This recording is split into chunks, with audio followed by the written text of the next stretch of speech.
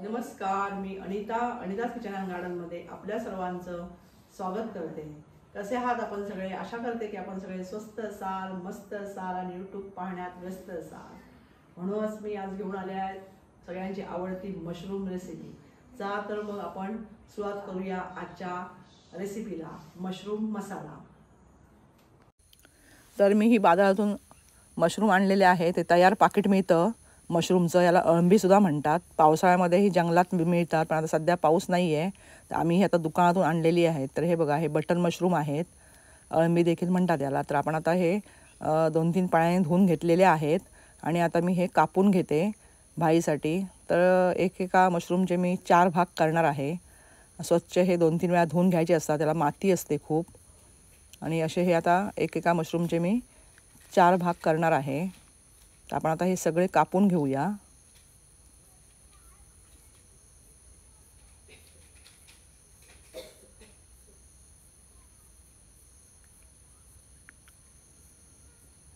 भाजी चवीला खूप छान लागते मशरूमची. तर आपण आज मशरूम मसाला करणार आहोत. हे असे स्वच्छ धुवून घेतले आणि असे 4 भाग करायचे आहेत.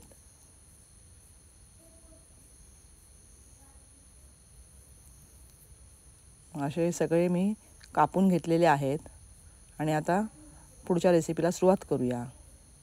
तर मी आता ही कढई गरम करत ठेवली आहे. गरम झाली आहे कढई. आता त्यामध्ये आपण तेल घालूया फोडणीसाठी.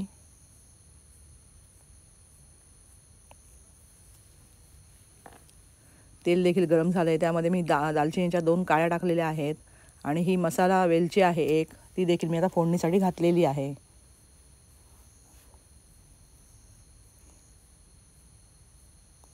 छान गरम झाली की आता आपण त्यामध्ये हे कांदे कापून घेतलेले आहेत. हे थोडे चौकोनी कांदे मी घेतलेले आहेत कापून असे, म्हणजे त्याच्या फोडी केलेल्या आहेत जरा अशा. आणि मोठाच कांदा मी यासाठी वापरते, कारण त्यामुळे तो चांगला लागतो या रेसिपीमध्ये. मशरूम मसाल्यामध्ये असा कांदा चांगला लागतो का आपल्या, म्हणून मोठाच मी घालत असते. कांदा थोडा परतला की त्यामध्ये हे टोमॅटो घेतलेले आहेत, ते देखील छान परतून घ्यायचे आहेत.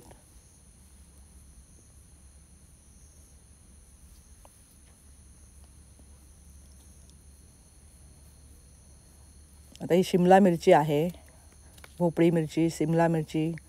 तर ते मिरचीचे तुकडे देखील मी असे चौकोनीच कापून घेतलेले आहेत मोठे. ते देखील आता आपण परतवून घेणार आहोत.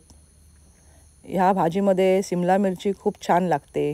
कांदे मोठे कापून घालायचे, ते देखील खूप छान लागतात.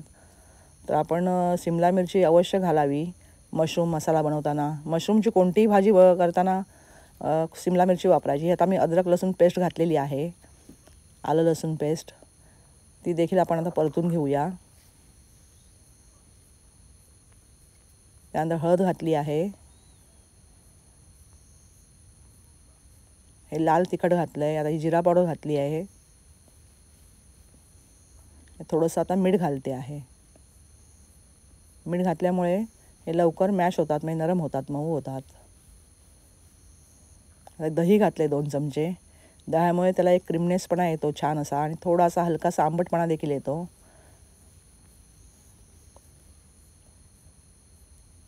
हे मी थोडं टोमॅटो सॉस घातलेला आहे, त्यामुळे एक मशरूमला एक थोडी वेगळीच चव येते अशी सॉसमुळे, टोमॅटो सॉसमुळे. ते 2 चमचे साधारण मी घातलेलं आहे. ते छान परतून घ्यायचं आहे. त्यानंतर मी आता ही रेड चिली पेस्ट, म्हणजे लाल मिरचीची पेस्ट असते, ती मी घातलेली आहे थोडीशी, साधारण 1 चमचा टीस्पून घातलेली आहे.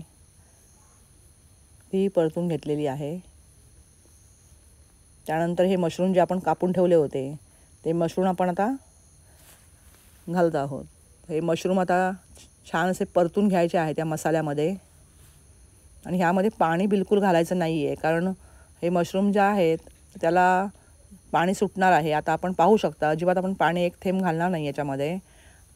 आपण झाकण ठेवून 10 मिनटं शिजवणार आहोत. त्यानंतर थोडं याला पाणी सुटेल. मशरूमच्या अंगामध्ये स्वतःच्या पाणी असतं, त्यामुळे ते पाणी नंतर सोडणार आहेत मशरूम. तर आपण छान आता ही भाजी परतून घेतलेली आहे. आणि अगदी शेवट मी एक छोटा चमचा सोया सॉस घातलेला आहे. सोया सॉसमध्ये भाजीला रंग पण छान येतो आणि थोडीशी एक चव मस्त लागते.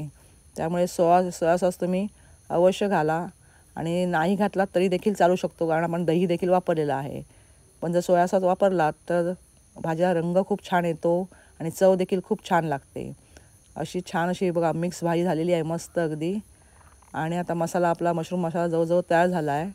तर आपण आता पाणी नाही घातलं नव्हतं तरी देखील बघा किती छान पाणी त्याला सुटलेलं आहे. तर आपण एक 10 मिनटं भाजी अशीच ठेवूया वाफ आणण्यासाठी.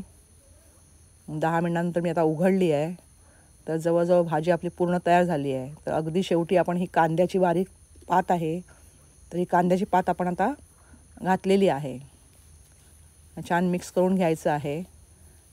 कांद्याच्या पातीचा फ्लेवर देखील अगदी शेवटी घातल्यामुळे खूप छान येतो या भाजीला.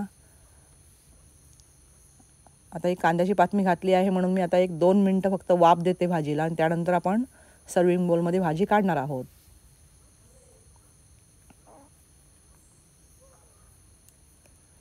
2 मिनटं आपली झालेली आहेत.